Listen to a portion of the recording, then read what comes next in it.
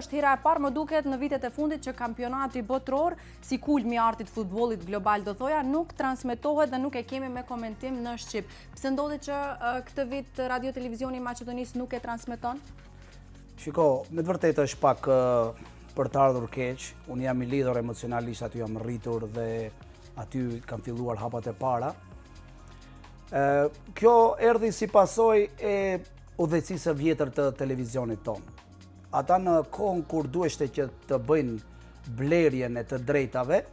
nuk ju interesonte aq botrori, ishin të fokusuar për produksionet private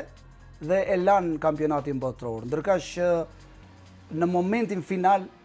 ishin ato ndryshimet, domethënë në mandati i drejtorëve që ishin afro 15 vite, aty ishte shumë i gjatë shkaku i proceseve politike, parlamenti, komisionet, pasi që neve jemi, domethënë, si themi, në ombrellën e parlamentit të Maqedonisë, shkoi një kohë gjatë dhe u duhej të vi drejtor. Drejtori i ri vjen pikërisht në këtë kohë ku nis kampionati botror, nuk ishte kohë, ndërkaq ata të vjetrit nuk e realizuan, nuk e dim për çfarë qëllime, por veç një gjë mund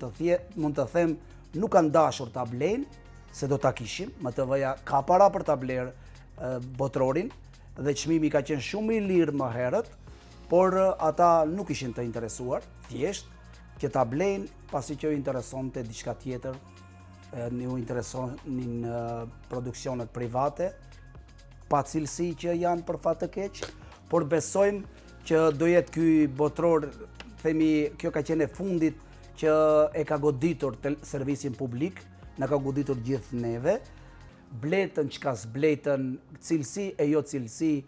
por në fund atë që e kërkonte populli dhe atë që ne duhet